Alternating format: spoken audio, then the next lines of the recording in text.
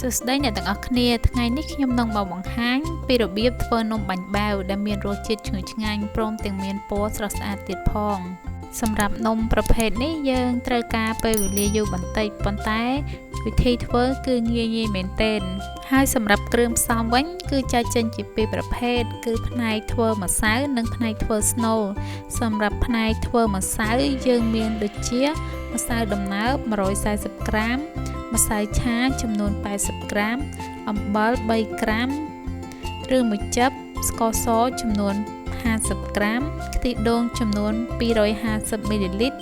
ទឹកចំនួន200មីលីលីត្រនិងដំឡូងចំនួន100ក្រាមផងដែរផ្សំផ្នែកស្នូលវិញយើងមានដូចជា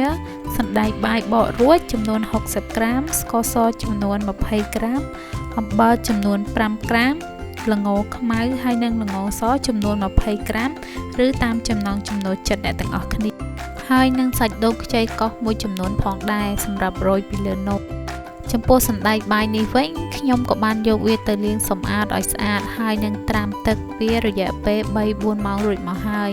ដើម្បីងាយស្រួលក្នុងការចម្អិនដំបូងអ្នកទាំងអស់គ្នាត្រូវដាំទឹកមួយឆ្នាំងឲ្យពុះបន្ទាប់មកយើងយកឡាំងសឹងរបស់យើងហ្នឹងមួយទៀតហើយយើងត្របស្បៃប្រសិនបើអ្នកទាំងអស់គ្នាមិនមានស្បៃទេអាចប្រើជាក្រមាដូចខ្ញុំក៏បានដែរហើយយើងវាយសណ្តែកនោះឲ្យស្ដាំបំផុតដើម្បីឲ្យវាងាយនឹងឆ្អិនយើងចំហុយវាដោយប្រើរយៈពេលតែ25នាទីតែប៉ុណ្ណោះប្រសិនបើអ្នកទាំងអស់គ្នាត្រាំទឹកសណ្តែកមិនគ្រប់គ្រាន់នោះទេនៅពេលដែលយើងចំហុយយើងអាចប្រើរយៈពេលវែងជាងហ្នឹងប្រសិនបើអ្នកទាំងអស់គ្នាចង់ដឹងថាសណ្តែករបស់យើងឆ្អិនហើយឬនៅអ្នកទាំងអស់គ្នាអាចយកដៃច្របាច់វាបន្តិចបើសិនជាវាបែកមានន័យថាសណ្តែករបស់យើងនឹងឆ្អិនហើយតពីសណ្តែករបស់យើងឆ្អិនហើយយើងចាក់វាទៅក្នុងចានមួយដើម្បីលាយជាមួយគ្រឿងផ្សំដែលយើងបានត្រៀមទុកនោះយើងលាយតែជាមួយអំបិលនិងស្ករសតែប៉ុណ្ណោះសម្រាប់ល្ងនិងដូងយើងទុកវានៅពេលក្រោយបន្ទាប់ពីយើងលាយគ្រឿងរួចហើយយើងទុកវាមួយឡែកសិនយើងចាប់ផ្ដើមមកធ្វើ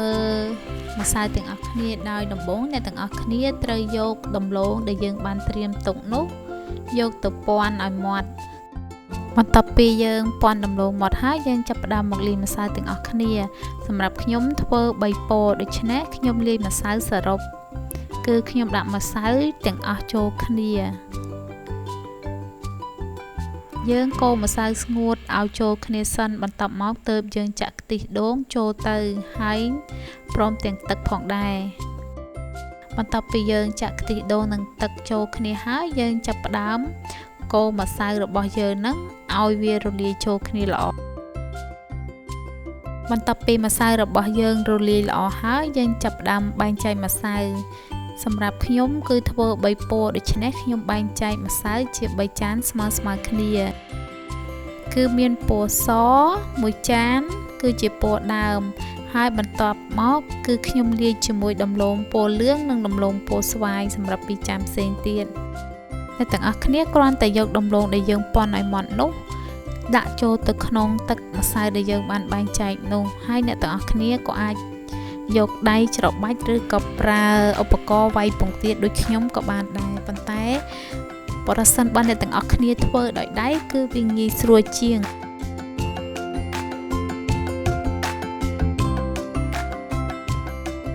បន្ទាប់ពីយើងច្របាច់ម្សៅនិងដំឡូងរបស់យើងចូលគ្នាបានល្អហើយយើងត្រូវយកទៅត្រងដើម្បីយើងយកដុំដំឡូងដែលនៅសល់ចេញកាលណាដែលអ្នកទាំងអស់គ្នាដាក់ទាំងដុំដំឡូងនៅពេលដែលអ្នកទាំងអស់គ្នាចាក់វាជានំទៅវាអាចមានសភាពដុំអត់ស្អាតទេអញ្ចឹងយើងត្រូវត្រងយកវាចេញតែបើក្នុងករណីអ្នកទាំងអស់គ្នាយកវាទៅក្លុកជាមួយម៉ាស៊ីនក្លុក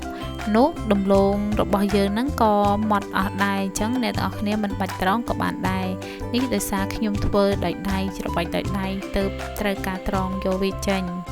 ឥឡូវនេះម្សៅទាំង3ពណ៌របស់ខ្ញុំហ្នឹងក៏បានធ្វើរួចរាល់ផងដែរហើយយើងចាប់ផ្ដើមមកចំហុយទាំងអស់គ្នាដោយដំបូងអ្នកទាំងអស់គ្នាត្រូវដាំទឹកមួយឆ្នាំងឲ្យពុះបន្ទាប់មកយើងយកកូនចានដែលយើងបំរុងនឹងចាក់ម្សៅចូលនោះទៅចំហុយវារយៈពេល5នាទីសិនគឺចំហុយឲ្យកូនចានរបស់យើងនឹងឡើងក្តៅសម្រាប់កូនចានអ្នកទាំងអស់គ្នាអាចយកកូនចានចង្កឹះដែលយើងញ៉ាំទឹកត្រី ក៏បានដែរឬក៏វាក្រឡុកជាងនេះក៏បានដែរអាស្រ័យទៅលើអ្នកទាំងអស់គ្នាមានកាលណាចានយើងមិនក្តៅទេនៅពេលដែលអ្នកទាំងអស់គ្នាចាក់នំទៅអាចធ្វើឲ្យនំរបស់យើងនឹងជាប់នៅនឹងបាតចានតែម្ដងបេះមិនចេញនោះទេចំពោះកម្រាស់នំអ្នកទាំងអស់គ្នាក៏អាចចាក់ទៅតាមចំណង់ចំណូលចិត្តដែរប្រសិនបើអ្នកទាំងអស់គ្នាចាក់ក្រាស់ពេកការចំហុយរបស់យើងហ្នឹងក៏វាមិនងាយឆ្អិននោះដែរនំនៅពេលដែលអ្នកទាំងអស់គ្នាមើលទៅវាឡើងពណ៌ថ្លាថ្លានោះមានន័យថានំរបស់យើងហ្នឹងឆ្អិនហើយបន្ទាប់មកយើងទុកវាឲ្យត្រជាក់បន្តិចទើបយើងឆ្កឹះវាដាក់ចានបន្ទាប់ពីយើងដាក់លើចានរួចរាល់ហើយយើងចាប់ផ្ដើមដាក់ស្នូលរបស់វាដោយដំបូងអ្នកទាំងអស់គ្នាត្រូវដាក់សណ្តែកដែលយើងបានចំហុយនោះមុនគេបន្ទាប់មកយើងត្រូវដាក់សាច់ដូងកោសសម្រាប់សាច់ដូងកោសហ្នឹងអ្នកទាំងអស់គ្នាគួរតែយកសាច់ដូងចាស់មិនមែនសាច់ដូងទុំនោះទេហើយយើងដាក់វារួចរាល់ហើយយើងចាប់ផ្ដើមដាក់ល្ងសនិងល្ងខ្មៅដែលយើងបានលីងរួចនោះ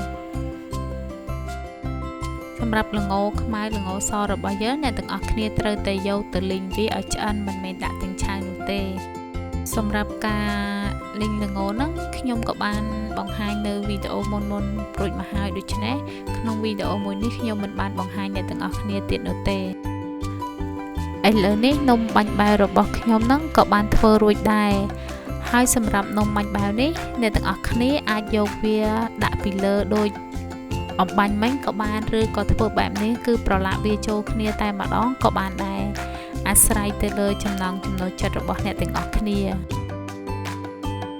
សូមអរគុណដល់អ្នកទាំងអស់គ្នាដែលបានទស្សនាវីដេអូមួយនេះប្រសិនបើអ្នកទាំងអស់គ្នាមិនទាន់បានជួយចុច Subscribe ទេសូមជួយចុច Subscribe ដល់ Channel YouTube របស់ខ្ញុំផងដើម្បីទទួលបានវីដេអូថ្មីៗជាបន្តទៀតអរគុណជម្រាបលា